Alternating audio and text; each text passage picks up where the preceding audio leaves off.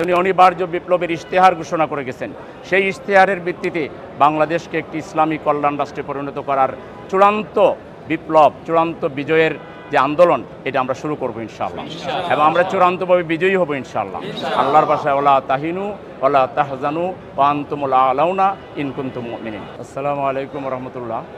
সম্মানিত নগরবাসী এবং প্রিয় দেশবাসী, দেশ এবং প্রবাসে যেসব বাংলাদেশি ভাই বোনেরা আছেন, আমরা আজকে খুবই শোকাহত। এই কবি দিন প্রতিষ্ঠার জন্য তার যে কলমকে তিনি কাজে লাগিয়েছেন, আল্লাহর জন্য প্রতিটি অক্ষরের বদলা তাকে জান্নাতের আলা মাকামে দারাজাত দান করেন, তাকে মর্যাদা যেন দান করেন।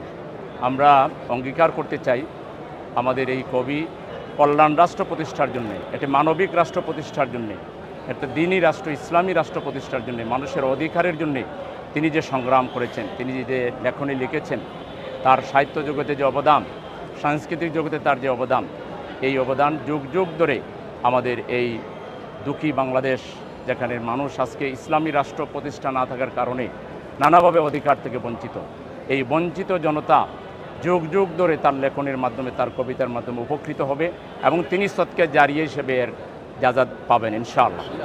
আমরা এই অঙ্গীকার করতে চাই যে তার রেখে যাওয়া দায়িত্ব, দিন প্রতিষ্ঠার অবশিষ্ট কাজ, আমরা হায়াতে জিন্দগিতে যতদিন বেঁচে আছি ইনশাআল্লাহ আমরা আমরণ সংগ্রাম করে যাব, এবং আমরা এই তার যে ধারা, কবিতার যে ধারা, ওহীভিত্তিক কবিতার যে ধারা, সাহিত্য সংস্কৃতির যে ধারা, এই ধারাকে আরও বেগবান করার জন্য, আরও শক্তিশালী করার জন্য আমাদের পক্ষ থেকে সম্ভব সব ধরনের উদ্যোগ এবং সহযোগিতা আমরা করবো ইনশাআল্লাহ।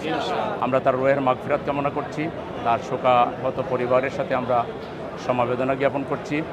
তার জন্য যারা দোয়া করছেন এবং তার জন্য যারা শোকাহত, তাদের সকলের প্রতি সমবেদনা জ্ঞাপন করে আসুন, শুধু শোক প্রকাশ করলে হবে না, শোককে শক্তিতে পরিণত করে এই জমিন থেকে সকল প্রকার জাহালতকে, অপসংস্কৃতিকে এবং এখানে যে মুশরিকি সাহিত্য সংস্কৃতির চর্চা করা হয়, এগুলো উৎখাত করে আল্লাহর দ্বীনকে জমিনে গালেব করার জন্য দল, মত, জাতি, ধর্ম, বাংলাদেশের প্রত্যেকটি নাগরিক আমরা ঐক্যবদ্ধ হই। তাহলে ইনশাআল্লাহ খুব শীঘ্রই তিনি অনিবার্য বিপ্লবের ইশতেহার ঘোষণা করে গেছেন।